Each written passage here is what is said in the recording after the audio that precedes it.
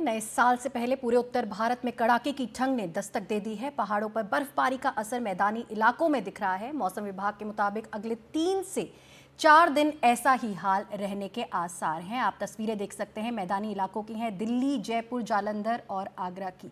कई राज्यों में कड़ाके की सर्दी पड़ रही है। ये 4 तस्वीरें जो आपके सामने हैं वो अलग अलग राज्यों की हैं। इन इलाकों में लोग ठंड से बेहाल हैं। सड़कों पर कोहरा दिख रहा है और लोग अपने घरों से कम ही निकल रहे हैं।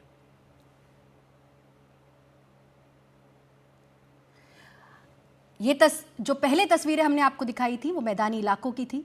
अब आपको पहाड़ों का हाल भी बता देते हैं। 4 तस्वीरें आप अपने स्क्रीन पर देख सकते हैं। अनंतनाग, डोडा, बड़गाम और श्रीनगर की हैं, जो बर्फ की चादर से ढके हुए हैं। हर तरफ बर्फ की सफ़ेद चादर आपको नजर आ रही होगी।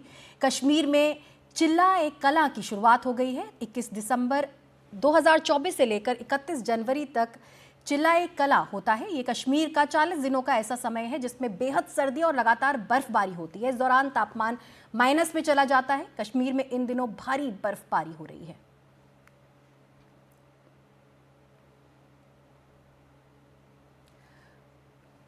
और इस खबर पर ज्यादा जानकारी के लिए हमारे साथ हमारे सहयोगी दिल्ली से अतुल रंजन जुड़ रहे हैं, शिमला से वीडी शर्मा जुड़ रहे हैं और उत्तराखंड से हमारे सहयोगी किशोर रावत जुड़ रहे हैं। सबसे पहला सवाल अतुल आपसे, बीते दिनों हुई बारिश के बाद दिल्ली एनसीआर का पारा लगातार गिरता जा रहा है। दिल्ली आईएमडी ने अगले कुछ दिनों के लिए एडवाइजरी जारी है। क्या कुछ इस एडवाइजरी में लिखा हुआ है?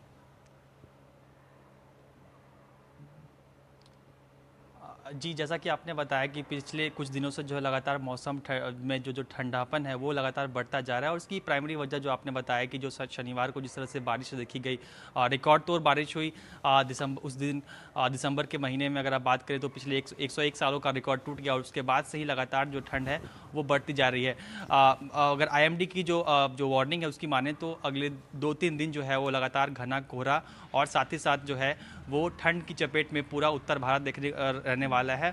और इसकी अगर मैं वजहों की बात करूँ कि अचानक कैसे ठंड क्यों बढ़ गई है तो 4 इसकी प्रमुख वजह हैं गीता। सबसे पहली वजह तो जो बारिश हुई है अचानक वो, दूसरी वजह यह है कि जो वेस्टर्न डिस्टर्बेंस है उसकी वजह से काफ़ी तेज़ जो है ठंडी हवाएं हैं वो लगातार चल रही है। तीसरी वजह है ये कि पंजाब और हरियाणा के कई इलाके जो हैं उनमें पिछले कुछ महीनों से बारिश की कमी की वजह से लगातार जो ज़मीन है उसमें नमी की कमी हो गई थी, उस वजह से भी ठंड बढ़ रही है। तीसरी वजह यह है कि जो पहाड़ी इलाके हैं उनमें हम देख रहे हैं कि हिमाचल हो या उत्तराखंड हो या जम्मू कश्मीर हो, वहाँ पे पहाड़ी इलाकों में काफ़ी बर्फबारी देखने को मिल रही है, जिससे सड़कें जो हैं वो जाम हो गई हैं। हालांकि सैलानियों के लिए काफ़ी मौज मस्ती भरा दिन है, आजकल के दिन हैं, लेकिन जो लोग जो मैदानी इलाकों में रहते हैं उनके लिए कहीं ना कहीं टेंशन की बात है कि जब वो रोज़मर्रा की ज़रूरतों के लिए अपने कामकाज के लिए जब बाहर निकलेंगे तो उन्हें ऐसी कड़ाके की ठंडी का सामना करना पड़ सकता है। और आगे की जो फोरकास्ट है अगले 2-3 दिनों की बात करूं तो वो भी काफ़ी बेहतर नहीं है। ठंड जो है वो लगातार बढ़ने वाली है और घना कोहरा भी छाने वाला है। जी अतुल, आप हमारे साथ बने रहिए। शिमला चलते हैं वीडी शर्मा जी के पास। वीडी शर्मा, हिमाचल और शिमला से कई हिस्सों में लगातार कुछ दिनों से बर्फबारी की तस्वीरें हम लगातार देख रहे हैं। कई सड़कें भी बंद हैं, हाईवे ब्लॉक हो गए हैं। जैसा कि अतुल बता रहे थे कि सैलानी भी इस वक्त खूब आकर्षित होते हैं, लेकिन क्या ये वाकई सही समय है आने का? क्योंकि बर्फबारी के चलते कई सैलानी फंस भी जाते हैं।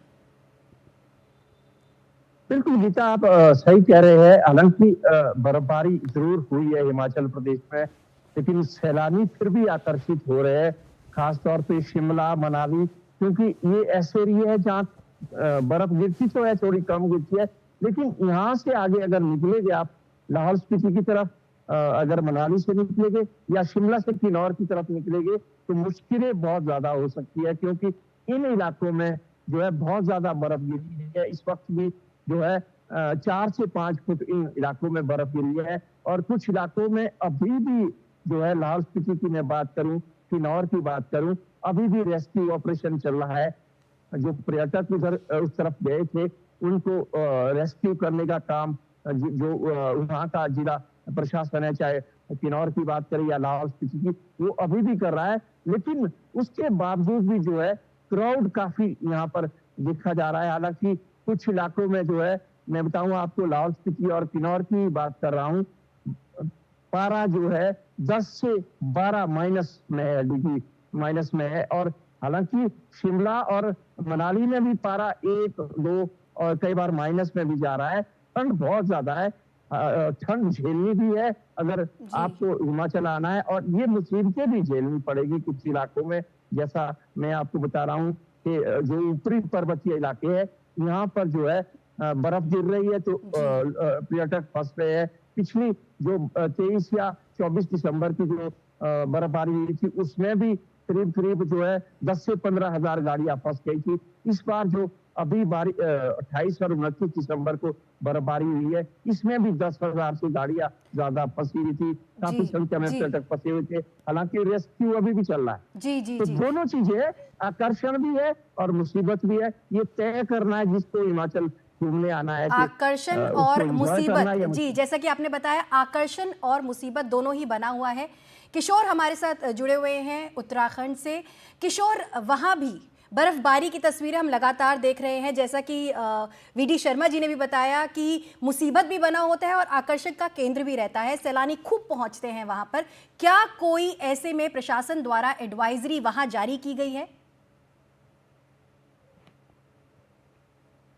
बिल्कुल, जिस तरीके से उत्तराखंड में 27 और 28 दिसंबर को काफ़ी बर्फबारी हुई थी और ख़ासकर 2000 मीटर से ऊपरी इलाकों में अच्छी खासी बर्फ़ हुई थी। बद्रीनाथ, केदारनाथ, यमुनोत्री में तो करीबन 4 फीट तक बर्फ़ अभी भी जमी हुई है। इसके अलावा एक एवलांच का खतरा बताया था चमोली ज़िले में, वो 3000 मीटर से ऊपरी इलाके में है। हालांकि वहाँ पर ज़्यादा लोग नहीं रहते, लेकिन जो सेना की पोस्ट है वो ज़रूर वहाँ पे है, उनके लिए अलर्ट जारी किया गया था।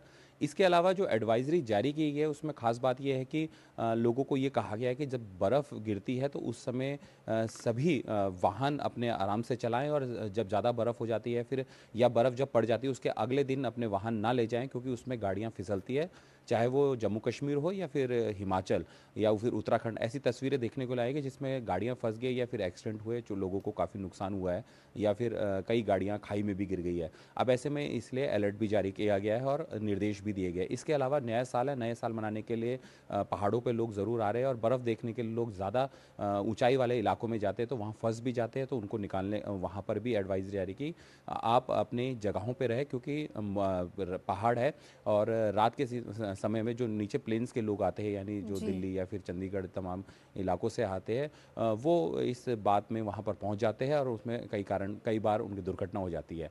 दूसरी बात यह है कि मौसम अगले 3 तारीख तक मौसम साफ रहेगा, बर्फबारी और बारिश की कोई संभावना नहीं है।